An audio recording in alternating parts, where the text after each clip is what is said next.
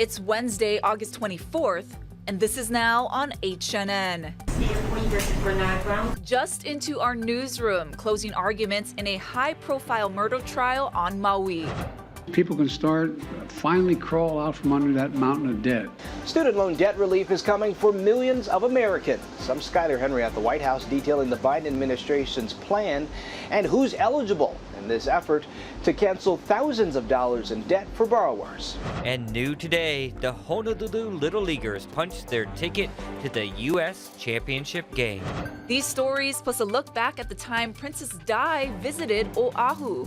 That's coming up on This Is Now.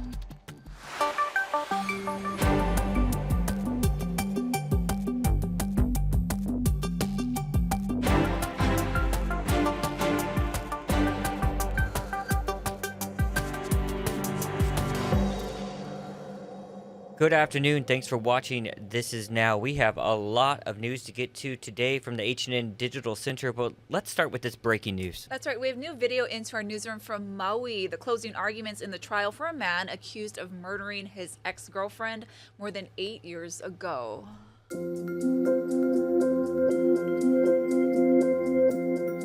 And this was the scene just moments ago in the courtroom as Bernard Brown gets closer to learning his fate. His murder trial is wrapping up. And finally, one other thing that stood in his way. There was too many people that knew her, that testified, that have some information in this case, that the state put on, 30-something odd witnesses, and many of them were people that knew her and just had a little bit of information, each of them, and he couldn't control that. He couldn't control all these people, and that's why, putting it all together, the defendant's guilty.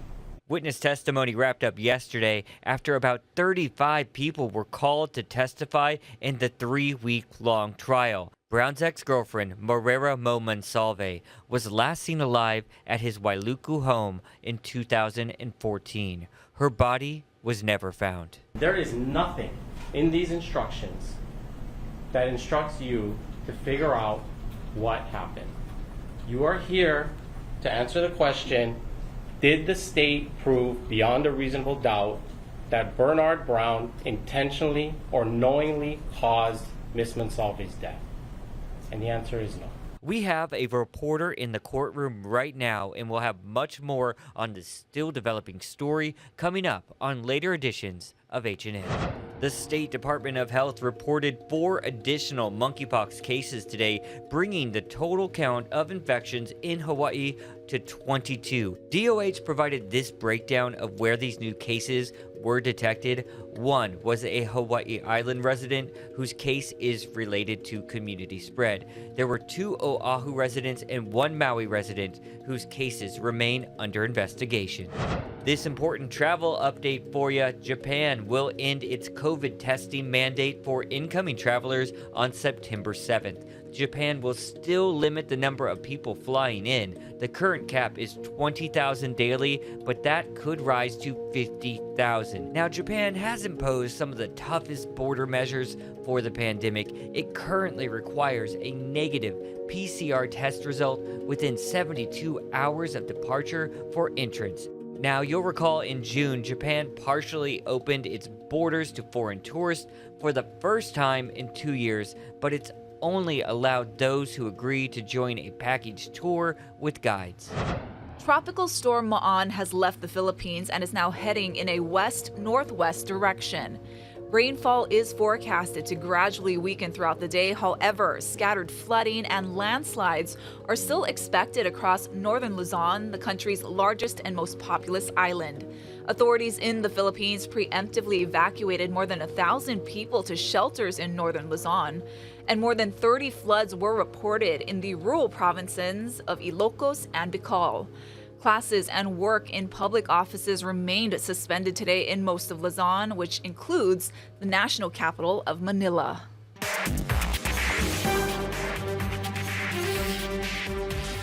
Relief is on the way for millions of Americans with federal student loans. Today, President Biden pledged to wipe away thousands of dollars in college debt, and the administration is planning big changes to repayment programs. Skylar Henry has more on what this means for borrowers.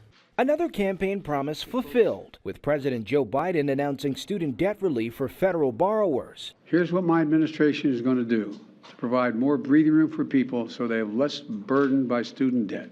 The president's plan forgives $20,000 of debt for Pell Grant recipients and $10,000 for other borrowers, and it's capped for borrowers who earn less than $125,000. Additionally, the Department of Education has proposed new rules that would cap income-driven repayment plans at 5% of monthly income and overhaul the Public Service Loan Forgiveness Program. For anybody with student loans, it's a big deal. This could totally wipe out the student loan burden for about a quarter of borrowers.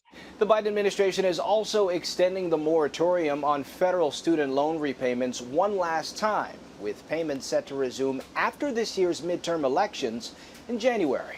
Moderate Democrats, progressive Democrats don't want to see tens of millions of Americans get student loan bills just before they're asking voters to go to the polls. But top Republicans are slamming it as inflationary. Just think about how unfair this is for all the Americans who are harmed by this, who are now on the hook for hundreds of billions of dollars of other people's loans. In a scathing statement, Senate Minority Leader Mitch McConnell dubbed the president's plan student loan socialism. Skylar Henry, CBS News, the White House. Now, for more on this, we're joined by Hawaii News Now's White House correspondent John Decker. Now, John, we just heard President Biden's plan to cancel a large chunk of student loan debt. Would this have an impact on the federal debt and inflation? Oh, absolutely. We're talking about an increase in the federal deficit of $300 billion over 10 years. That's an estimate coming from the Wharton School at the University of Pennsylvania. And on inflation, it's not just Republicans who are saying that it will impact inflation in a negative way. It's also the former Democratic Treasury Secretary, Larry Summers, who has said the same thing. So this action is certainly being applauded by many Democrats, but there's a lot of pushback coming from conservatives and Republicans who talk about the downside of this action taken today by President Biden. All right, switching gears now to the latest on former President Trump. A federal judge gave him until Friday to clarify his request for a special master on those documents seized by the FBI. What issues did the judge have with Trump's lawsuit? Well, we're talking about a federal district court judge in Florida who was actually appointed to the bench by President Trump. And she had major problems with what was submitted to the court in terms of this lawsuit on Monday of this week. It lacked particularity, and that's what she wants. That's what any judge wants. They want to know why is this particular party coming to this court. They want to know the relief that's being sought by President Trump, the former president. In addition to that, she also wants to know whether the Department of Justice was properly served with this lawsuit. So typically when lawyers file lawsuits, they dot all the I's, they cross all the T's, and based upon this rebuke given by this federal judge in Florida, clearly that didn't happen in this case, and she's saying, I'm going to give you a second bite at the apple. I'm going to give you until Friday to correct all the mistakes associated with your initial lawsuit. Right, and we've all been hearing about this affidavit. Thursday is the deadline for the Department of Justice to make those redactions to the document. What does the redaction process look like, and when can we expect to see the affidavit?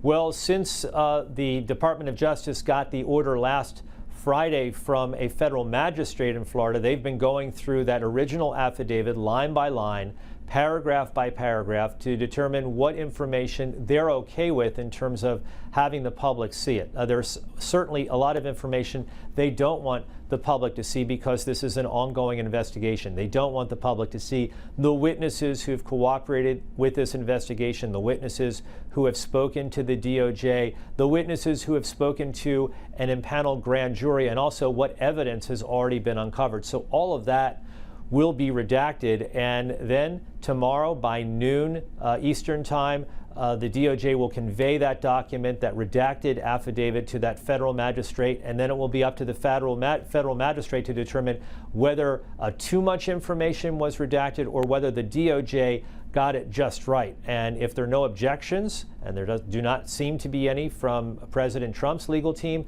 that document, that redacted document, will be released to the public. All right, we'll be waiting for that. Hawaii News Now's White House correspondent John Decker. Appreciate the time, John. All right, to the news everyone is talking about. Our Little Leaguers are headed to the U.S. Championship game. Yes, we are excited about this. After another show-stopping performance ended in that mercy rule, Kyle Chinin from our H&N Sports team here in the H&N studio live. Fill us in, show us some highlights. What happened? That's right, guys. Well, obviously this team is unstoppable nearly. Opening inning, you got Keikoa Painao opening leadoff home run to set the tone, and they've been setting the tone all week, right? 4-0 in the World Series so far. Next up at bat, you got Koen Sakamoto, bases loaded, guys. Sometimes these kids, the pressure can get to them or whatnot, but Koen Sakamoto, he hits a grand slam right there. Bye. See you later. Oh, Adios. No chance. And that kind of really sets the tone for them. I mean, at this point, it's all Hawaii, and again, another shutout win for the boys in the baby blue and yellow. It's amazing to see them just kind of be able to hit hard at the plate and then also play some stingy defense. Another shutout, near perfect game. They only allowed 2 hits with their pitchers. Jonathan Sniffen got the nod on the mound, only allowing 2 hits that game. Crazy stats. They've been able to mercy rule teams every single round of this tournament. So they're only playing essentially about a 2/3 of a game every time they're out there. I was going to say, when you look at the other teams in this tournament, I might be biased, but they're playing on another level. They just look bigger, faster, stronger. I mean, physically, if you want to talk about it, like you said, these kids are tall. These are big kids. They're 12-year-olds, but they don't look like 12-year-olds, right? When you see them on screen, they are physically bigger, but then, they're able to hit, like, they're hitting these things to the parking lot. Right. And it's just no doubters every time. And when you have a pitching staff that can throw that many balls and that many, innings of shutouts, it's just the winning combination. These teams kind of don't really know what to expect, right, when they finally face this Hawaii team, and they are on fire. That's how hot they are right now. Yeah, so the last time a Hawaii team won was in 2018. I remember I was at the airport. I was covering their welcome home ceremony. What are people saying about their chances of winning it all? I mean, their chances are good. Every time they go up into the next round of this tournament so far, everyone's like, well, this Texas team is supposed to be really good, or the New Jersey or the New York team, they were pitching a no-hitter in the last 2 games, and then all of a sudden they just get, mercy ruled. So I think their chances are good. They're playing the best baseball they've played all year, and I think it's just going to keep rolling. They don't know who they play just yet. They're waiting on the next semifinal game to wrap up this afternoon over in Williamsport, Pennsylvania. But when they do find out, Saturday, 9:30, not kickoff, wrong sport. Sorry, guys. First pitch. There's also football on Saturday. Yeah, I'm all over the place. But yes, 9:30 on ESPN, the American finals in the Little League World Series. Hawaii will be there. All right, and what are you working on for First at 4? First at 4, we will be breaking down, talking to the team, giving us a little bit of a breakdown of their game against Tennessee today. And, head coach Gerald Oda was actually absent for the first half of this tournament because, he's in COVID protocol. So this was the first game he was actually there to coach the team. So hear a little bit from him, what it was like to be back, and just the atmosphere up there in Pennsylvania. I'd have to say the nation is sort of captivated by this team. Yeah. My parents from my hometown in Southern Illinois are watching every game and making scheduled appointments to watch it. They're so into it and rooting for our team. Oh, yeah. So Me too. really cool Me as stuff. well. Looking forward to more updates. And don't forget, Kyle Chinin, podcasting all the time right here from the H&N Digital Studio. Just look up Hawaii News Now, Overtime, wherever you get your podcasts. Let's get to some other news, Ash. Thank you, Kyle. Well, Meghan Markle has launched a long-awaited podcast on Spotify, offering a glimpse into her life as a mother and a former British royal. Her first guest, tennis star Serena Williams. Tina Kraus gives us a look.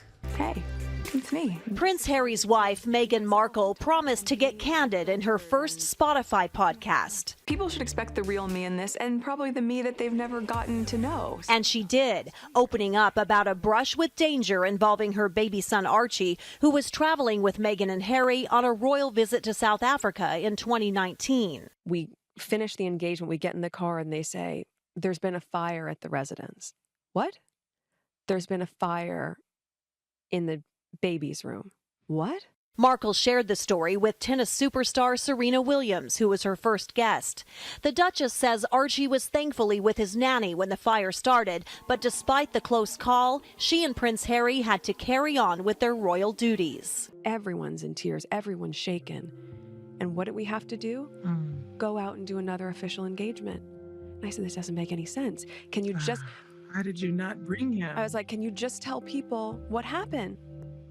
And so much, I think, optically, the focus ends up being on how it looks instead of how it feels. Williams recalled playing at the 2018 French Open after being up all night with her daughter who had a broken wrist.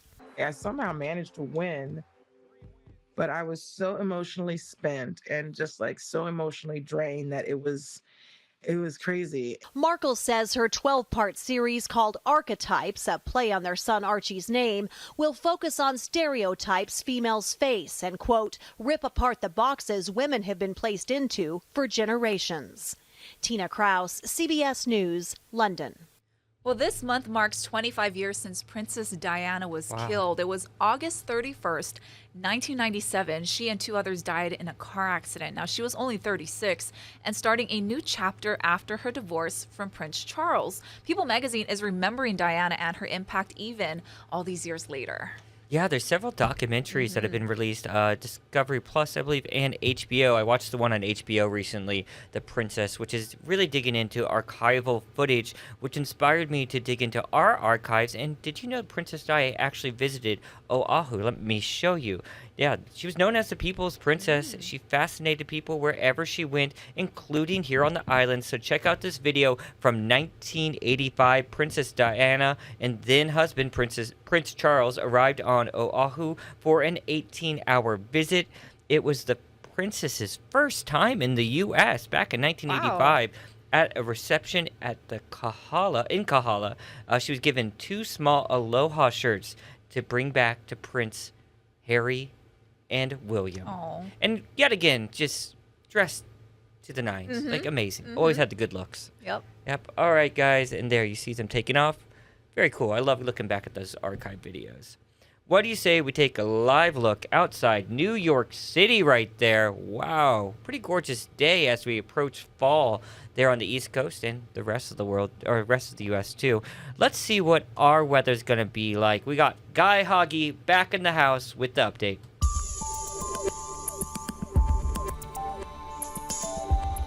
We're not expecting any organized rainfall anytime soon. And the weather's going to change on Friday. That's when trade winds come in. So we'll see some early morning and overnight windward and Mauka showers. But you can see really not much rain at all. And whatever rain comes in will be light. If we were to see heavier rainfall, we'd see yellows and oranges. We just don't see that. And that's going to be the case all the way through Wednesday. So again, light winds today and tomorrow. So humidity levels will be climbing, might be a little bit sticky, a little uncomfortable at times. And we'll likely see some afternoon showers, but they won't be widespread. Some of those showers, however, could be briefly heavy. And then things change on Friday as the trade winds step back in. So humidity levels will be back to normal. Going to be quite comfortable this weekend. The weekend is shaping up quite nicely, although it might be small, kind breezy on Saturday and Sunday. Fashion finds where you least expect it. Costco, the unconventional retailer, is now the latest TikTok trend for the hottest apparel. Kristen Dahlren has more.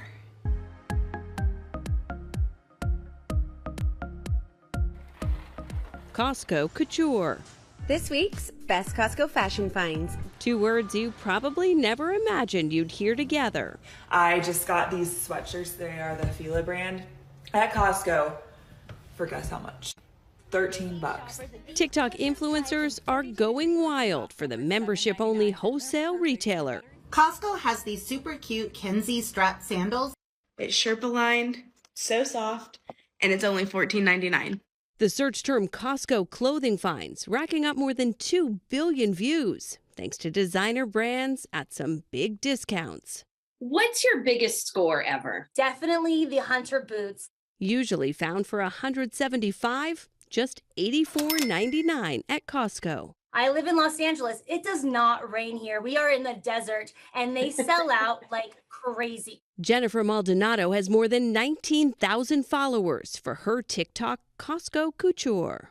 Right before we got on this conversation, I was on Costco, the app, and I found a Givenchy, another Givenchy bag, and a Valentino bag. I don't remember anything like this on my last Costco run. What am I doing wrong? You just have to take the time and look. I'll go to 2 Costcos a week. Now, sometimes I'll leave empty-handed. So it's just a matter of, day and time and what they have in stock. Jennifer also recommends touching the fabric, seams, and zippers.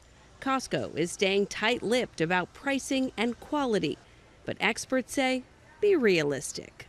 A lot of the merchandise that you do get at these stores is kind of at an outlet level kind of selection. You're not on Rodeo Drive buying them off. You've got to be realistic. We're at Costco. It's not just Costco getting into the discount designer game. I think we've been sleeping on Walmart fashion. Influencer posts about Walmart, Target, and Amazon clothing are also easy to find. Discount fashion used to be the butt of jokes. What's going on? There's definitely affordability, there's convenience, and I think this is a little surprising, but hype. Thanks to social media. This year, the hottest look may be money in your pockets. Oh, there's nothing better than finding a good deal, buying it, wearing it, and then getting a compliment from it. Who doesn't want a $1.50 hot dog after a long day of shopping? Yeah, exactly. Get your Versace or your Louis Vuitton. I've never and seen your Valentino at Evie Lake Costco. Yeah, I agree. And I have to say, if there's one store out there that stresses me out beyond any other store, it's Costco. Yep. I know people love it, and yeah, I get Love it. and hate. But it is chaotic for me. I can't handle too many people. Yeah. I don't know. I'm at Amazon. Order most things from there. Right. If you need it. Yeah. And that bulk stuff. All right, let's see what else the internet is talking about. So, have you ever watched that Disney Pixar movie Cars and wondered what it would really cost to own one in real life? Well, wonder no more, my friends. This is the Porsche 911 Sally Special, which you can see looks just a lot like the Cars character Sally Carrera, which, you know what, I actually have not seen this movie, so it's cute. I heard great things. It was up for auction this weekend. It sold for a record $3.6 million. Wow. Where do people get this money? I'm shopping at Costco for Louis Vuitton. No, just kidding. Clearly, the sign in the back that says, I don't see it quite there, but $8.50 for adults and $2 for kids, it's just a little off. Yeah, I guess it's in reference to the character sign. The sale is a record for a new Porsche sold at an auction. It makes sense because it's the only one like it. The money's going to go towards charity, too. So pretty cute. Yeah. Yeah. One more time? One more story? Real quickly. Okay, yeah. Fair warning. Once you hear this, you can't unhear it because it's terrifying. Whoa, whoa. That's the sound of a black hole, you guys. NASA shared a 34-second clip of the Perseus galaxy cluster, which is about 240 million light years away from Earth. Scientists say the black hole sends out pressure waves that cause ripples in the hot gas, which can be translated into a note. So that's what you're hearing. But to be clear, the actual note is one humans can't hear, but folks at NASA say they made some shifting to the note so we could actually hear it, and it's amplified. You thought that was space, but really, I'm hungry. Is that your stomach? That's my stomach. I hope you guys had a good lunch. All right. Ashley's back first and fourth. That's going to do it for This Is Now on this halfway through the work week. We'll see you back here tomorrow.